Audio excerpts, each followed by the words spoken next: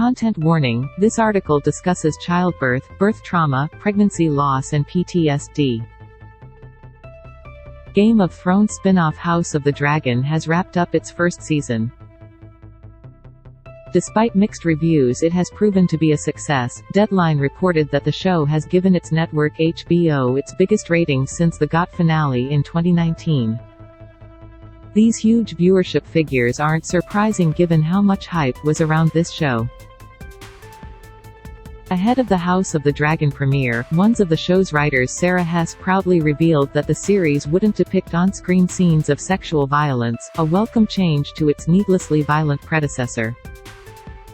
Before it aired, co-showrunner Miguel Sapochnik also told The Hollywood Reporter that the series pulls away from the loads of sex scenes that made up every goddamn EP of Game of Thrones. Like other female fans of GOT, I looked forward to a new era that did away with traumatic rape scenes, gratuitous nudity and endless moments of characters lustily bumping uglies. And House of the Dragon delivered. What I enjoyed about the series was its focus on the actual plot, rather than on distracting levels of tits and ass. But House of the Dragon let us down in another way. In both the opening episode and the finale, we were treated to jarringly traumatic birth scenes with no trigger warning to protect us.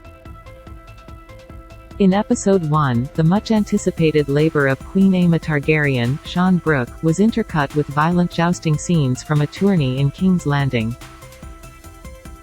It was a sledgehammer subtle nod to Aemma telling her daughter Rhaenyra, Millie Alcock, in a previous scene that "we have royal wombs, you and I. The child bed is our battlefield." Aemma's labor was difficult and we quickly learned the baby was in breech position, meaning its feet, rather than its head, were pointing toward the birth canal. A mild complication in the age of modern medicine, but in the fictional old-timey world of House of the Dragon it's basically a death sentence for both mother and baby. King Viserys Paddy Considine decided that the maesters should perform a non-consensual caesarean section on Aemma, prioritizing his longed-for male heir over his wife's life. We saw Aemma, fully conscious and with no form of anesthesia, screaming as the procedure was graphically performed via close-up shots. Both mother and baby died following the birth. I attended a premiere of the first episode where it was shown in a movie theater. Important background note about me: at 37 weeks into my pregnancy, I was told my baby was in the breech oblique position, sideways, and that I had to have a planned caesarean section to safely deliver my child.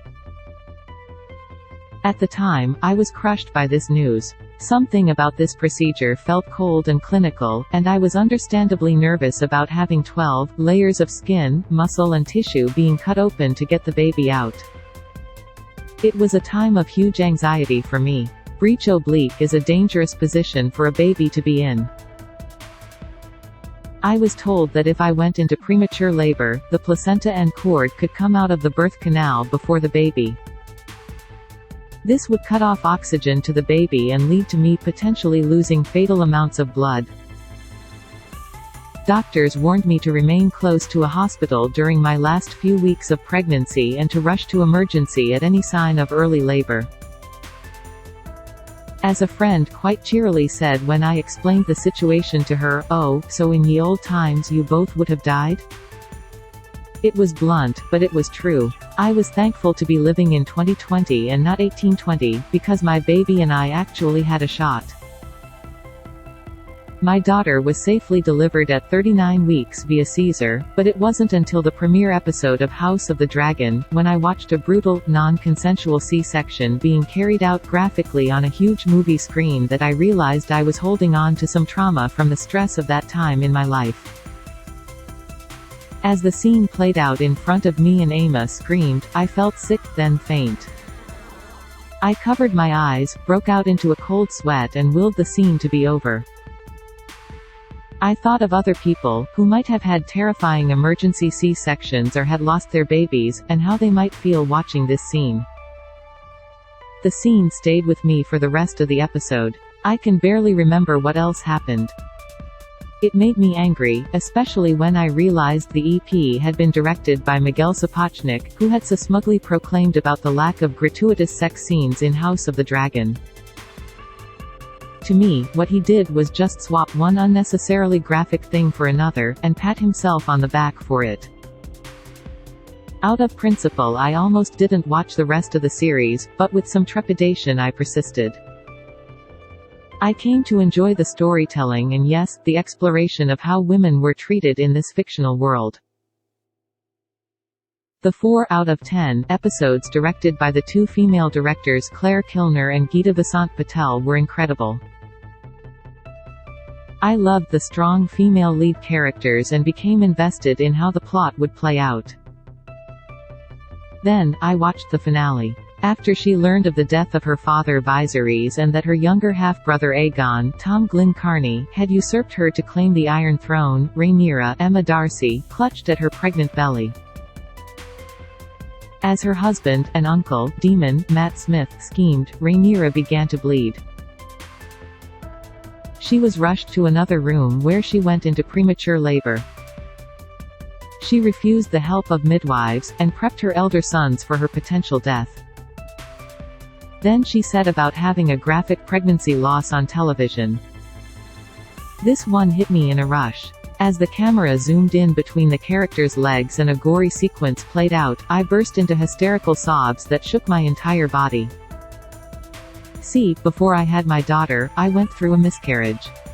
And although I carried my next pregnancy to term and welcomed a healthy child into the world, the trauma of losing your baby never leaves you. Though it occurred earlier in my pregnancy than the fictional character on my screen, elements of what she experienced actively mirrored what I went through. Unlike House of the Dragon, I won't go into graphic detail here.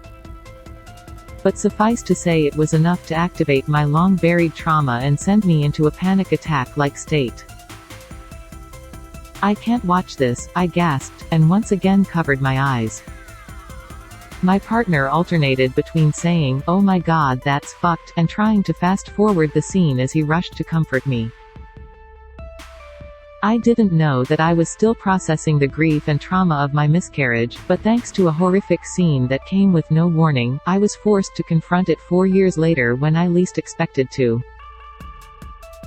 Once again my mind went to people close to me who have suffered stillbirths and who would have found that scene even more triggering. Though I didn't watch it in full, a friend told me that it showed everything in vivid, heartbreaking detail. House of the Dragon got a lot of things right, but it really got this wrong. To be so self-satisfied about sexual violence happening off-screen and then to show 2 scenes of birth trauma without warning is in my eyes, despicable. It's trauma porn, and it didn't shock me to learn that the finale episode was directed by one of the show's 2 male directors, Greg Yaitanes. Miguel Sapochnik has actually exited the series, so to remaining showrunner Ryan Condal, I say this: if you want to tell women's stories, allow a woman to tell them. Get your female directors on these kind of episodes. And for God's sake, get a fucking trigger warning. Childbirth is a battle for everyone who goes through it, and the show absolutely hit that on the head. But there are other ways to get that across than with liters of prop blood and extreme close-ups.